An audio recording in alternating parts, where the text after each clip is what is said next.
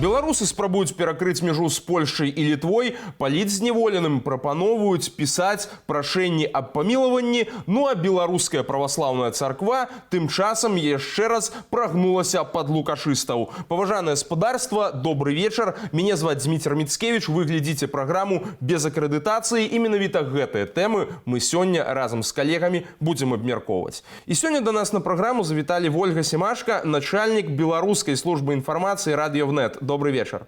Добрый. Евген Скрабутан, прадстаўнік беларускага дому ў Варшаве. Вітання. І святар Александр Шрамко. Добрый день. Пачнем давайте з справаў такіх міждзяржаўных. Вось беларусы спрабуюць перакрыць мяжу з Польшай, з Літвой, з такім пераменным поспехам гэта зараз атрымліваецца. Акцыя гэтая выклікае, канешне, шмат розных водгукаў і ад розных бакоў. І вось адразу давай, Женя, давай вот з цябе і пачнем. Да, вот на твоё меркаванне, трэба гэта, ёсць ад гэтага нейкі сэнс? І ці варта гэта ўвогуле рабіць? Я упэўнены, што любыя акцыі мірнага пратэсту, яны важныя, іх трэба праводзіць, бо ў першую чаргу яны прыцягваюць, ну вось як гэта акцыя на мяжы, яна прыцягвае ўвагу міжнароднай супольнасці да тых праблемаў, якія адбываюцца зараз в Беларусі. Людзі, которые удзельнічаюць у акцыі кожны дзень, кожную гадзіну, кожную хвіліну нагадваюць пра тое, што лукашысты забіваюць, катуюць людзей у турмах, і гэта трэба спыніць. Ну, як адзін з варыянтаў, які яны прапануюць, гэта перакрыць проста мяжу, спыніць рух грузавога аўтатранспарта, і гэта, ну, у пэўнай меры у першую чаргу ударыць па зменшыць фінансавыя там некія прыбыткі беларускай дзяржавы, а з іншага боку зноў жа людзі, которые там пратэстуюць, яны патрабуюць адкрыцця наземных межаў для звычайных беларусаў. То бок тое, што робіцца, яно робіцца не для таго, каб беларусам стала жыць горш, як многія думаюць, а для таго ўсё ж такі, каб адкрыць мяжу, каб яны змаглі свабодна перамяшчацца паміж Евросаюзам і сваёй краінай. Ну, сапраўды, я згодна з гэтым меркаваннем, таму што я падтрымліваю любы рух, кожны з нас выбірае свой спосаб супраціву. Так? Да прыкладу, Святлана Ціханаўская ездзіць па еўрапейскіх сталіцах і расказвае на высокім узроўні пра тое, што трэба зрабіць для Беларусі. Нехта выбраў вось такое стаянне на мяжы. І гледзячы на тое, як разгортваюцца падзеі, спачатку я так скептычна ставілася да гэтай акцыі, так? Ну а зараз вось яна пачыналася толькі ў пункце пропуску Баброўнікі-Бераставіца, зараз у Польшы далучыўся яшчэ адзін пункт пропуску. Літва ў Медзінінкай пачала такую на 14-е, у іх запланавана такая буйная акцыя. Латвія зараз далучаецца, і украінскія актывісты таксама на бліжэйшыя выхадныя збіраюцца ехаць на 2 пункты пропуску. Пра што гэта кажа? Пра тое, што дыяспара падтрымала гэту акцыю. Так яна бачыць у ёй нейкую такую перспектыву, бачыць магчымасць заявіць пра сябе, таму што Беларусь не павінна сыходзіць з міжнароднага парадку дня.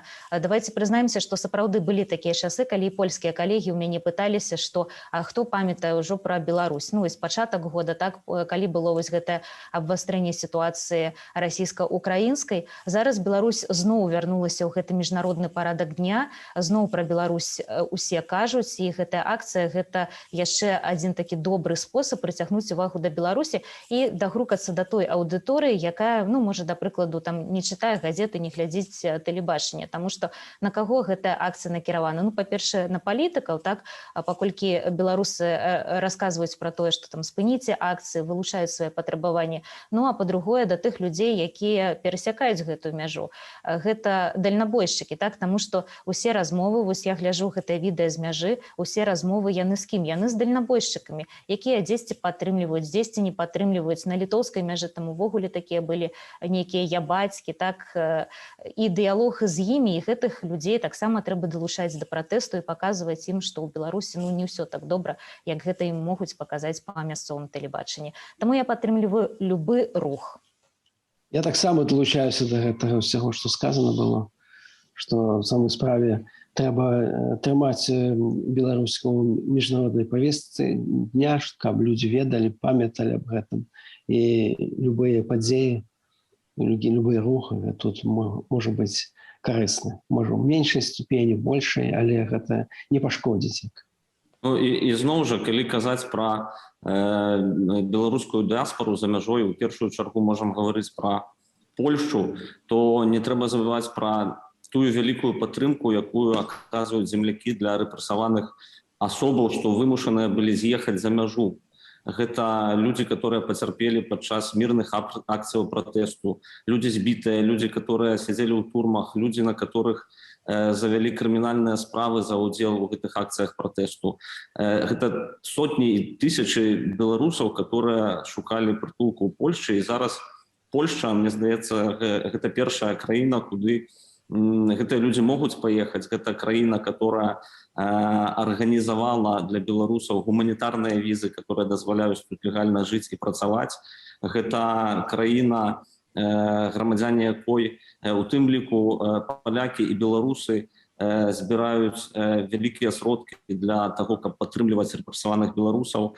І мы, напрыклад, як арганізацыя непасрэдна займаліся арганізацыяй медычнай дапамогі для рэпрэсаваных гэтых людзей, займаліся таксама арганізацыяй візавай гэтай падтрымкі, таксама дапамагаем і інфармуем людзей пра тое, як у Польшчы жыць, як шукаць працу. Гэта кожны дзень, гэта дзесяткі званкоў, гэта на працягу 9 апошніх месяцаў, калі не памыляюся, ўжо 5 ці 6 мэйлаў, гэта пастаянныя звароты праз Telegram, Сігнал і WhatsApp.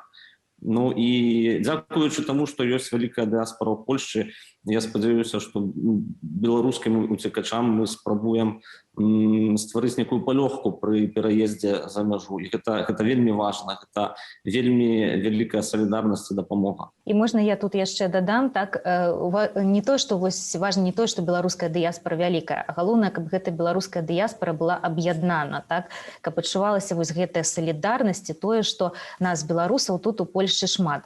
Таму што вось як праходзілі гэтыя акцыі у нядзелю, так, ну, мы ж ведаем, што нядзелю у Варшаве так збіраліся беларускія актывісты ў цэнтры горада з плакатамі, паколькі былі каронавірусныя абмежаванні, людзей праходзіла нешмат. І проста беларусы не ведалі, колькі іх беларусаў, на якую падтрымку яны могуць разлічваць.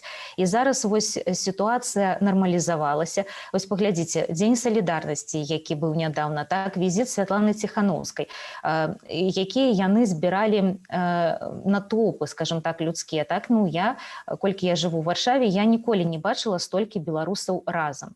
І вось калі гэтыя людзі сабраліся ў адным месцы, яны паглядзелі адзін на аднаго, пазнаёміліся, даведаліся пра падтрымку, так, я думаю, што і, скажем так, баявы іх дух падняўся. І таму вось гэтая акцыя, якую зараз Народнае антыкрызіснае ўпраўленне лічыць праводзіць на мяжы, так, гэтая акцыя таму і карыстаецца такой папулярнасцю, таму што проста людзі аб'ядналіся, ну і зараз спрабуюць арганізаваць штосьці такое разам, ну і зрабіць нешта такое эфектыўнае.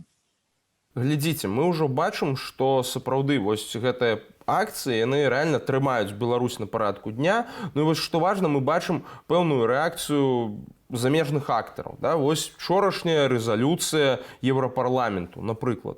Я даўненька такіх жорсткіх фармулёвак не бачыў.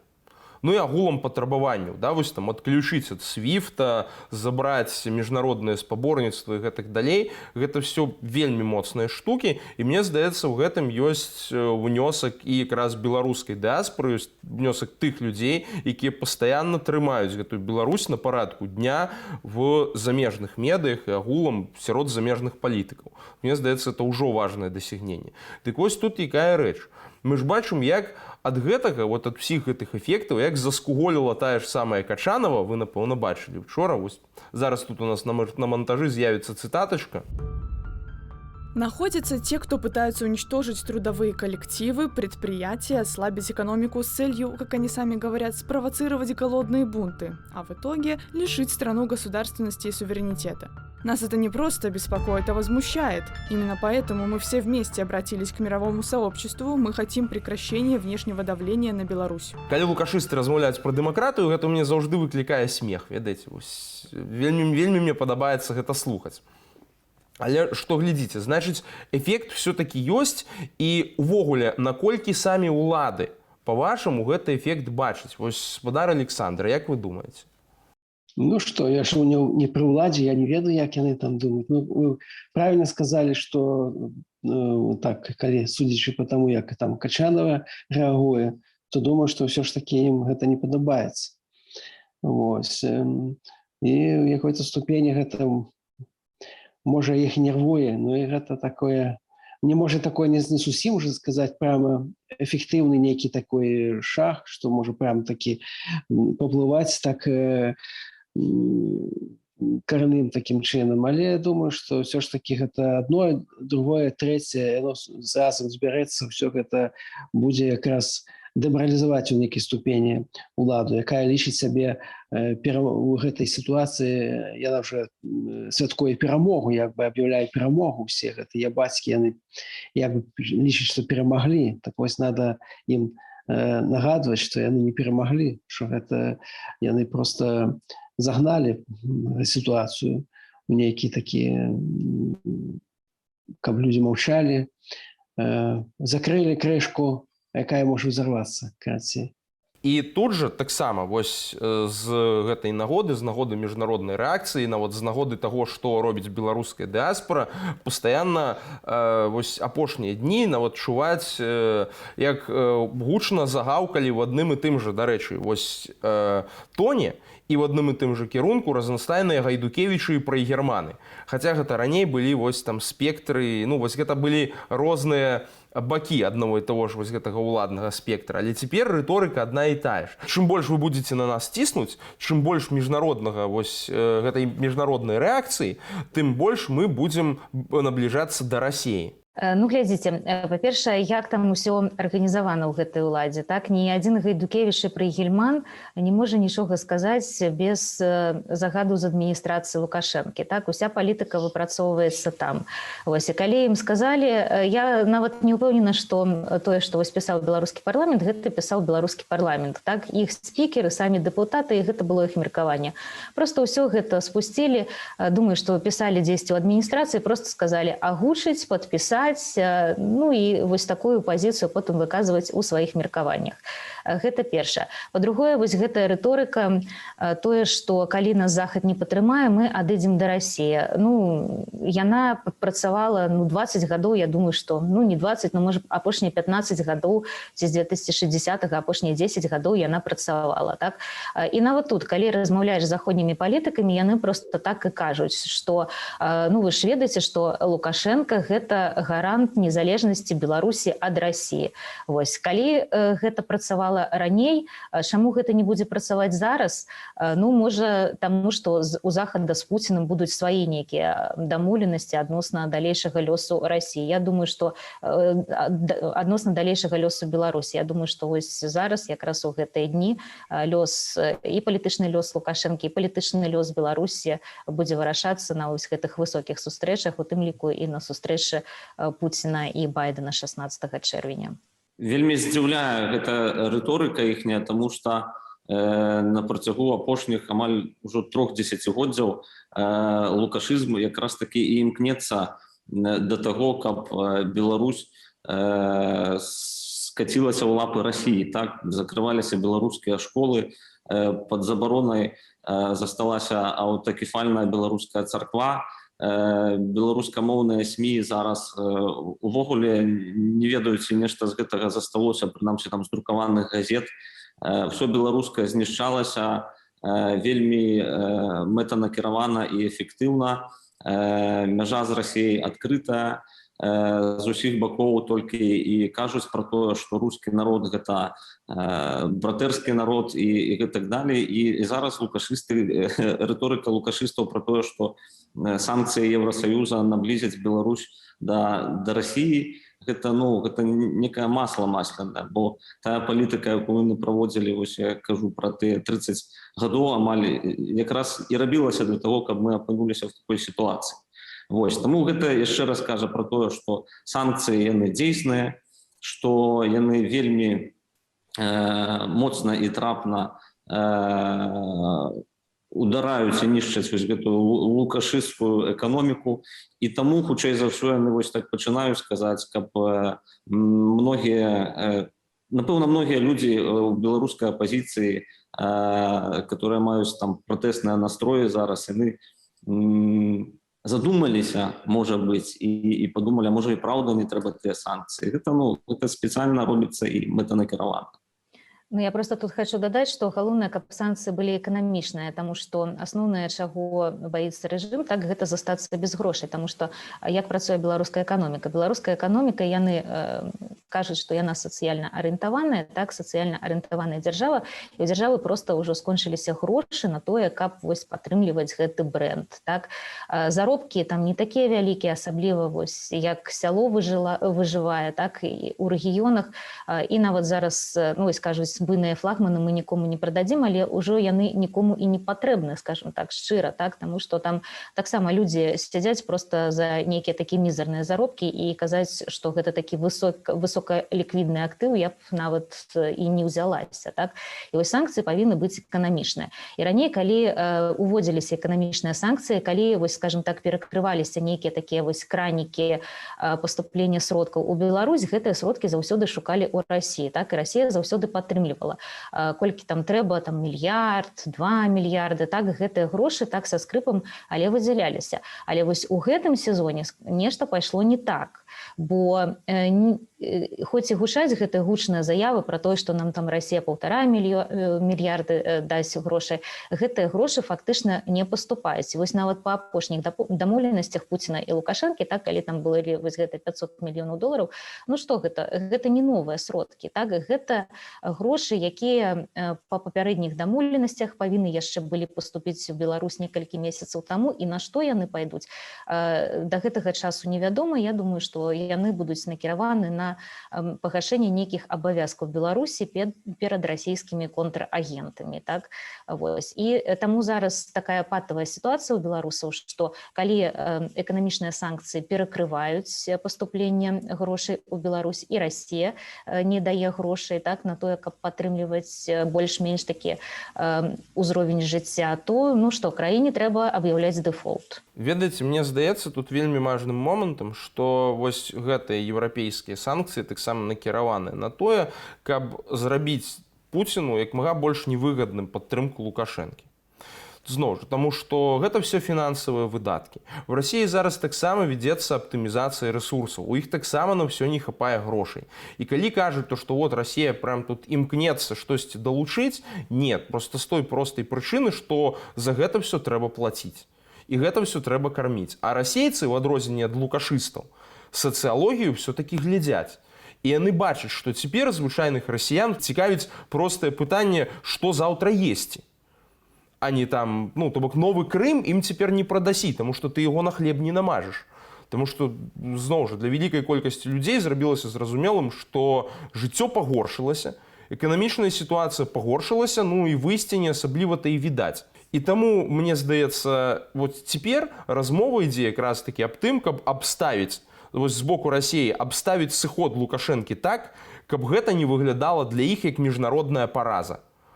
Каб гэта не выглядала як там параза Пуціна, да, што вот гэта там параза рэжыму, перамога рэвалюцыі і гэтак далей. Што гэта вось абставіць гэта як там мірны сыход і гэтак далей. Вось такім чынам. Жэнік, як ты думаеш? Мне ввогуле здаецца, што вся гэта палітычная кампанія, которая адбываецца зараз, ну, кампанія рэпрэсіўная, которая адбываецца в Беларусі, гэта ўсё робіцца некай маскоўскай камандай, тому што таких неверагодных рэпрэсій у дачыненні да беларусаў і такой неверагоднай іміджавай страты для краіны на сусветным узроўні не было ніколі. Зараз, глядзіце, і без санкцыяў Еўрасаюза, без санкцыяў ЗША, толькі тыя рэпрэсіі, которые адбываліся пасля выбараў, яны прывялі да таго, што беларускі бізнес пачаў выязджаць за мяжу, беларускія фірмы пазакрываліся зноў жа праз рэпрэсіі, калі там супрацоўнікі кіраўніцтва ўдзельнічалі ў мірных акцыях пратэста, то іхнія прадпрыемствы адчулі неверагодны ціск з боку падаткавых органаў, КДБ, пракуратуры, міліцыі. Тут відавочна, што беларускія ўлады праз нейкі невядома кім напісаны сцэнар самыя сябе закопваюць проста ў магілу. Едем далей. І вось якраз, вы, Ольга, вы штосьці хацелі тут дадаць. Да, да таго, што сказаў Еўген, я проста калісьці чула падлікі расійскіх эканамістаў, так, колькі ім можа абысціся падтрымка Беларусі. Лічбы там не такія вялікія ў маштабах Расіі, так.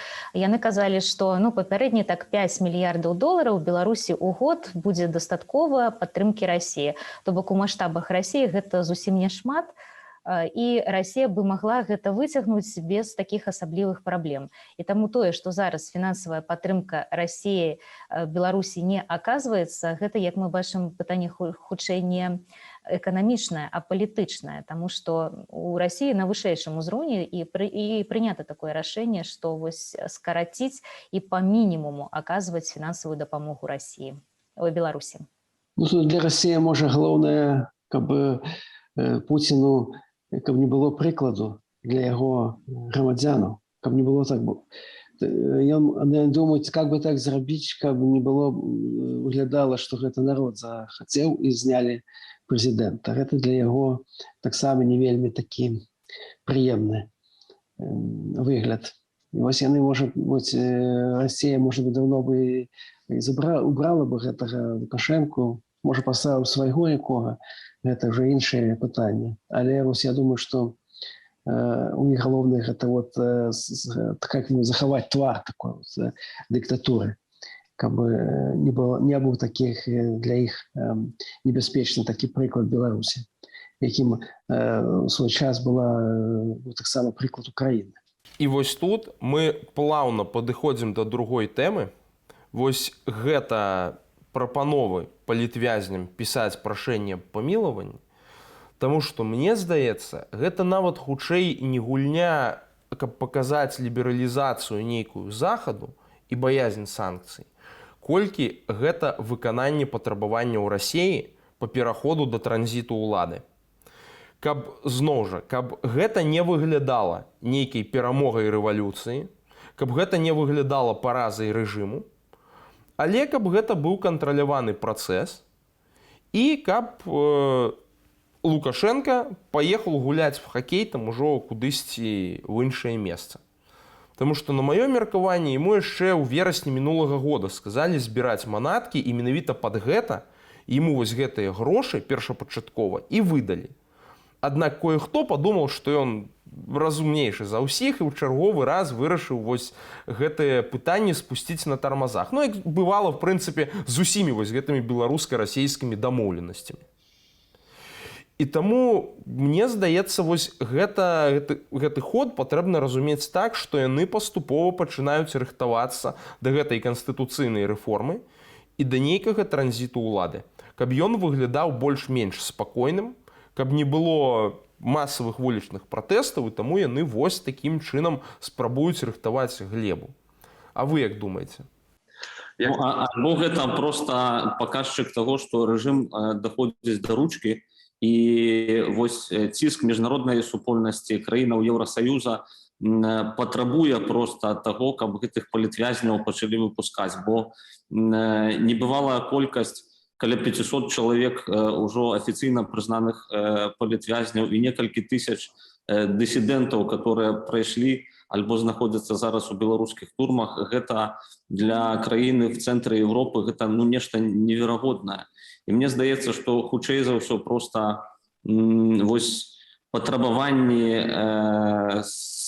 цывілізаванага свету, гэта санкцыі, і гэта тое, што ну, фінансавыя страты ў першую чаргу лукашызма, яны вымагаюць таго, што ну, трэба трошки прытармазіць і ну, і пачаць выпускаць палітвязняў. Гэта гандаль, але гандаль, скажем так, на два бакі, так? Таму што ну, фактычна гэта захоп закладнікаў, так? 500 чалавек сапраўды прызнаны палітвязнямі, а ёсць сярод іх і расійскія грамадзяне, так? Вось тая ж Соф'я Сапега.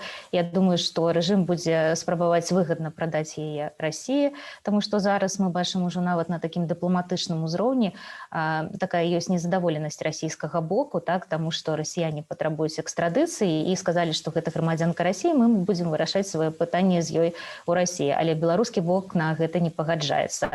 Гэта першае. Па-другое, будуць гандляваць гэтымі закладнікамі для Захада, таму што, напрыклад, пасля 10-го года і ў мінулыя гады такая сітуацыя пракатывала, так, што мы вам выпускаем палітычных вязняў, а вы нам санкцыі не ўжываеце, там грошы даеце, падпісваеце з намі дакументы, і ўсё проста залежыць больш-менш ад вагі таго палітычнага вязня. І таму вось тое, што зараз рэжым збіраецца праяўляць гуманізм у сваёй такой, ну, як ён гэта разумее, так? Гуманізм гэта будзе не такі, што вось мы адкрыем турмы, а ўсе выйдуць. Але вось вы, калі ласка, да 3 ліпеня, гэта ж не проста так, гэта ж там канкрэтная дата, у нас же ёсць канкрэтная дата амністыі, так? Вось напішыце, калі ласка, прашэнне на імя Лукашэнкі, і вось вам яшчэ там вось такімі словамі яго пішыце, і мы яшчэ падумаем, ці можам мы вас вызваліць, так? Ну, гэта не акт гуманізму. Скажем так, у маім сусвеце гэта просты гандаль закладнікамі, якіх чарговы раз паспрабуюць прадаць Захаду. Ці купіцца Захад на гэта? Ну, паглядзім. У мінулыя гады гэта праходзіла. Мне здаецца, тут цяпер сітуацыя крышачку іншая, таму што ставкі істотна павышаныя. Цяпер ужо нельга будзе просто вот нейкую карцінку стварыць, там шырму нібыта, вось паглядзіце, все нормально. Калі ва ўсіх астатніх сферах все ненармальна, то просто выпусціўшы нейкую частку людзей, ты ўжо праблему не павырашаеш. І ты ўжо нават бачанне не створыш, што нібыта все так добра. Тут вот этычнае пытанне вельмі цікавае, таму што такія вось гэтыя спрэчкі ўзнікаюць, да, вот пісаць гэтым людзям, не пісаць. Ну, мне здаецца, увогуле, знаходзячыся на волі, вельмі цяжка пра гэта вось разважаць. Але, спадар Александр, як думаеце, па-вашаму, вось што в падобнай сітуацыі людзям рабіць? Вось як вы гэта бачыце з этычнага пункту гледжання? Я так бачу, што таксама, як вы лічыце, што мы тут сидзім на волі, і нават не ведаю, як вы, а я ніколі не быў за кратамі, не ведаю, як гэта, як там адчуваецца, як там все перажываецца, і ставіць людзям, што вось яны павінны нешта не падпісваць или падпісваць. Я так лічу, што, конечно, тых, хто не падпіша, тыя, можна сказаць, героі. Те, кто подпишет, тех тоже так само не сужаться, потому что это геройство потребовать от самого себе, а не от інших людей. Вот и все. Потому что, конечно, кто сможет это зробить такое. Вот мы все там кажем про Колесникова, так, что она такая вот мужество проявила такое. Мы все восхищаемся, але ж это не значит, что мы осуждаем как-то тех людей, якія збеглі ад гэтых рэпрэсій адразу. Нават некоторые там при пагрозе малейшай збеглі за мяжу. Кожны з нас про это думае. Ну, так вот я думаю, что калі змогуць не падпісаць, тады малайцы, тады, значит, героі, асобыя людзі. А калі не змогуць, то хай падпісваюць, потому что галоўнае ж все ж таки выйти на свободу. Бо гэта может не только свобода, гэта і жыццё, потому что там катуюць так, что люди, мы ведаем, что там паміраюць, люди здоровые, люди приходят, паміраюць там ад нейкіх незвычайных нейкіх болезней. Вот так я думаю.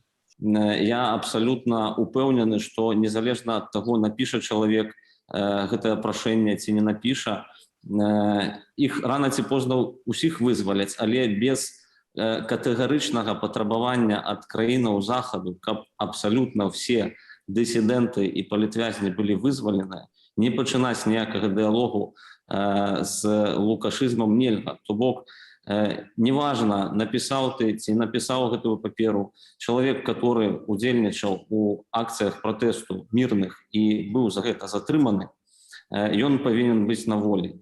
І абсалютна не уяўляю, напрыклад, ні Паўла Северынца, ні Андрэя Пачобута, ні ўжо пакойнага Вітольда Ашурка, якія б напісалі такую паперчыну з просьбай да Лукашэнкі аб памілаванні. Таму тут, ведаеце, тут такая сітуацыя, што людзей трэба выпусціць усіх. Незалежна, падпісаў ён ці не падпісаў. І тыя людзі, которые выйдуць з турмы, незалежна ад таго, не гледзячы на тое, якім чынам ён выйшаў, падпісаўшы гэтую паперу ці не падпісаўшы, яны ўсе героі. Яны ўсе заслугоўваюць павагі. Вось так падышлі мы да фінальнай тэмы, таксама вельмі цікавай і вельмі актуальнай і вельмі паказальнай, мне здаецца. Вось гэта пазбаўленне пасады архіепіскапа Гарадзенскага і Ваўкавыскага Артемія, фігуры для праваслаўнага люда знакавай. Тут адразу пытанне да спадара Александра. Вось слухайце, што вы падумалі, калі пабачылі гэтую навіну? Для мяне гэта не навіна, па сутнасці. Гэта ўсе чакалі, што гэта будзе, рана ці позна. Можа, не так скандальна, можа, там неяк так, не так ось паспяхова, так, што прямо збіраўся спецыяльна сінод у Маскве. Яны былі незадаволенымі яшчэ раней нават да гэтых усіх нашых падзеяў. Калі там, вы ж ведаеце, у Пакроўскім саборы там ёсць фрэскі, на якіх новамучанікі, якіх катуюць там такія у выглядзе бесаў красноармейцы там намалёваныя. І гэта не падабалася. І КГБ прыходзіла да Артемія, там на яго ціск таксама аказвалі на гэтую тэму. І вось гэта вот такая вось, можна сказаць, што это заканамерны вынік усяго, што робіцца зараз у царкве. Давіцца ўсё жывое і, конечно, дабраліся і да адзінага, можна сказаць, такога епіскапа незвычайнага. Ён можа такі незвычайны не толькі на всю Беларусь, а на всю РПЦ. Наколькі гэта вялікая страта для самих людзей? І ўвогуле, ці можам мы чакаць, што, ну вот, якой рэакцыі гэтых людзей мы можам чакаць? Ведаеце, царква вельмі неаднародная структура. Усё там трымаецца на такіх рэчах. Ну, большасць людзей ходзяць проста ў царкву, нават не ведаюць, хто там епіскап, хто мітрапаліт, патрыарх, хто дзе. Яны прыйшлі, вось яны канкрэтна ведаюць, што ёсць царква з калакаламі, з этими зайшоў, нешта там надо зрабіць, што там, падаў запіску, пакрысціць мне надо, то да это.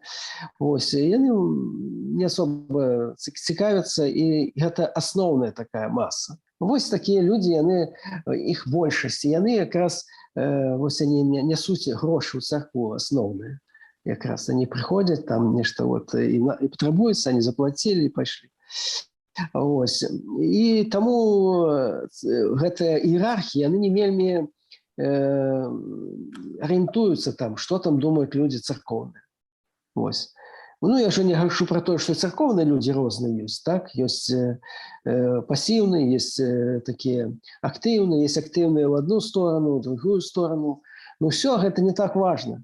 Самае галоўнае для іх, што людзі будуць ісці ўсё роўна, не будзе такога, што б не зрабілі там у царкве, раптам не будзе людзей у царкве, не пайдуць у нее. Такога не будзе. Панайдуць заўсёды дастатковая частка людзей, якія прыйдуць і будуць падтрымліваць царкву. Это з першага боку. З другога боку, гэта тое, што важна, акрамя таго, што падтрымлівае там эканамічна людзі падтрымліваюць царкву, важна также мець прэферэнцыі перад дзяржавай.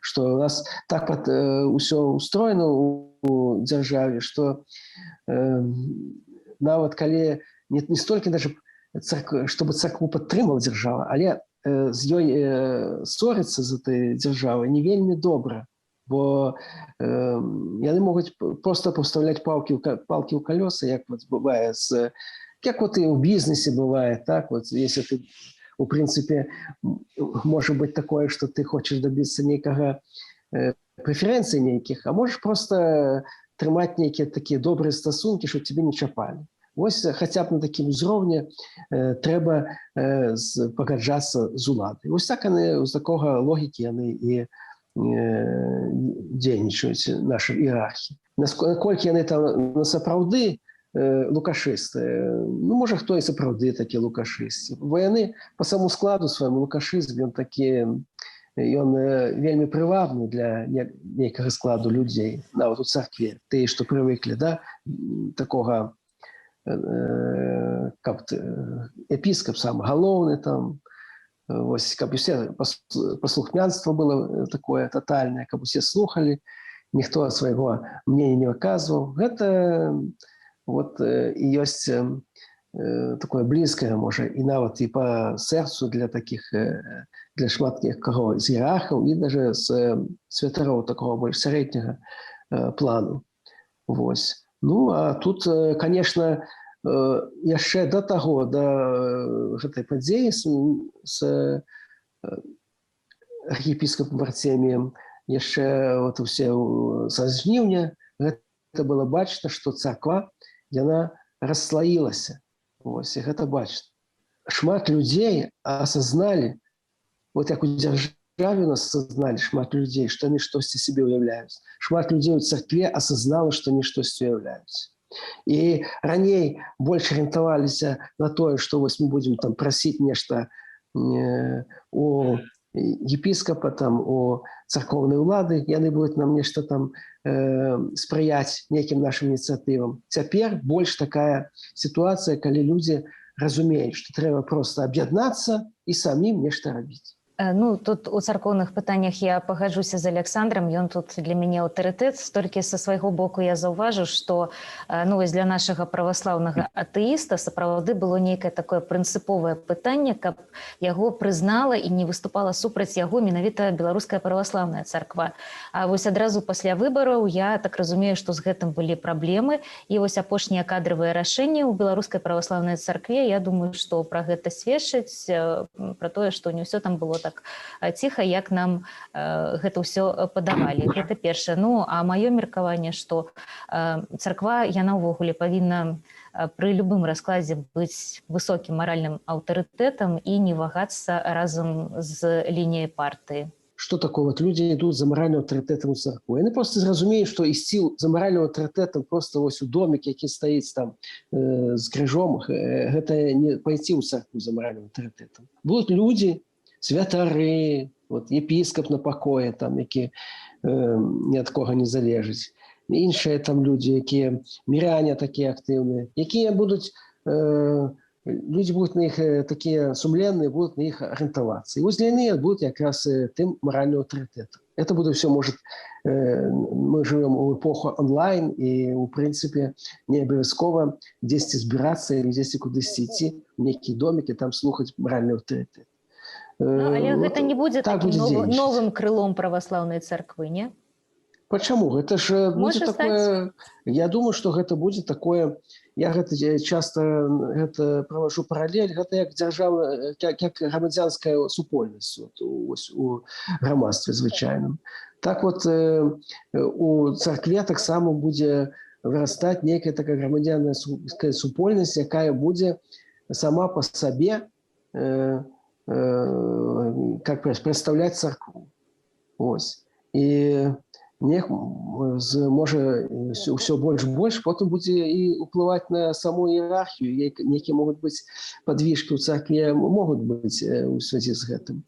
Вось на гэтай цікавай ноце мы, паважанае гаспадарства, і скончым нашу сённяшнюю праграму, ды развітаемся з нашымі спікерамі. Вось сапраўды, бачыце, в любой інстытуцыі самае галоўнае – гэта людзі. і іх абсалютна канкрэтныя ўчынкі. Так што шукайце добрых прыкладаў сярод нашых з вами суайчыннікаў, таму што вось такія людзі, як той жа архіепіскап Артемій, які в цяперашняй складанай сітуацыі застаюцца людзьмі і паказваюць рэальна прыклады такога геройства і добрага стаўлення да ўсёй краіны, да нашага народу. Вось гэта сапраўды вельмі важна.